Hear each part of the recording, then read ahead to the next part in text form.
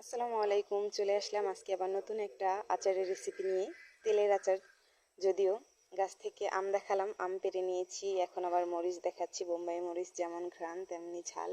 মরিচ ছিঁড়ে নিলাম 3টি।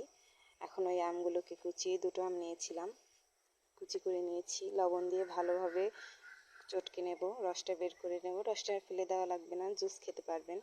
তো আমের মধ্যে এখন রসুন কুচি, মরিচ কুচি করে নেব।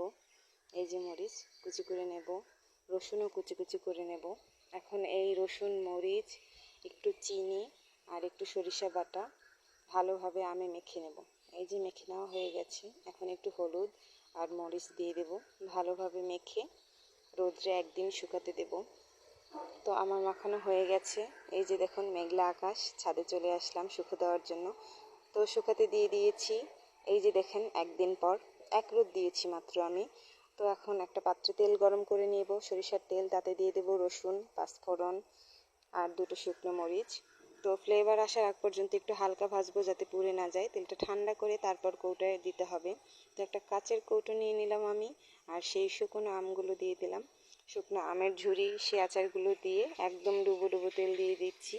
এটা আপনারা ভর্তা, ভাতে সব কিছুর সাথে খেতে পারবেন, মুড়ি মাখায়।